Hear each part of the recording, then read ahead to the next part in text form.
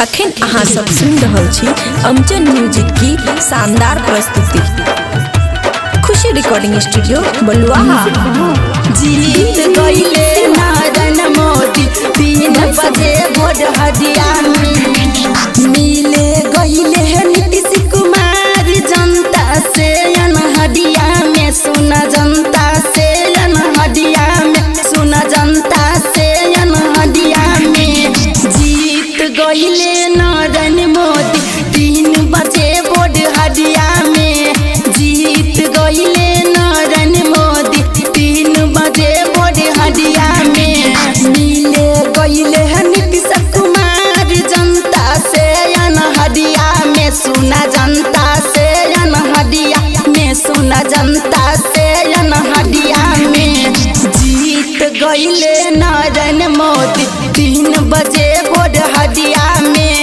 जीत गईले नरेंद्र मोदी 3 बजे भोट हदिया में 3 बजे भोट हदिया में।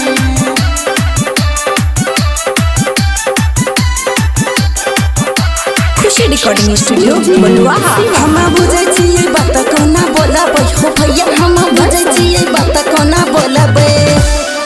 घर से निकलै नीतीश जी लगाई के किल्ली के बड़िया में हो लगाई के किल्ली के बड़िया में लगाई के किल्ली के बड़िया में जीत गईले नरेंद्र मोदी 3 बजे भोट हदिया में जीत गईले नरेंद्र मोदी 3 बजे भोट हदिया में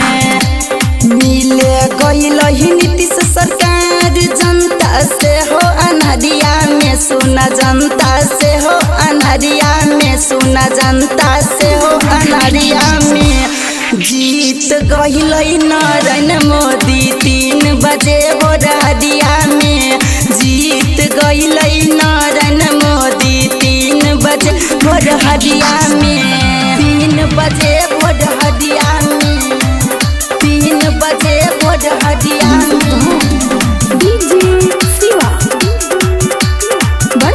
खुशी रिकॉर्डिंग स्टूडियो बलुआहा। कोई नहीं बुझता ही है कारण से दिमाग लगल कई बढ़िया से हो दिमाग लगल कई बढ़िया से हो दिमाग लगल कई बढ़िया से जीत गईले नरेंद्र मोदी 3 बजे भोट हदिया में जीत गईले नरेंद्र मोदी 3 बजे भोट हदिया में मिले गईले नीतीश सरकार जनता से हो अनहरिया में सुना जनता से हो अनहरिया में सुना जनता से हो अनहरिया में जीत गईले नरेंद्र मोदी 3 बजे भोट हदिया में जीत गईले नरेंद्र मोदी 3 बजे भोट हदिया में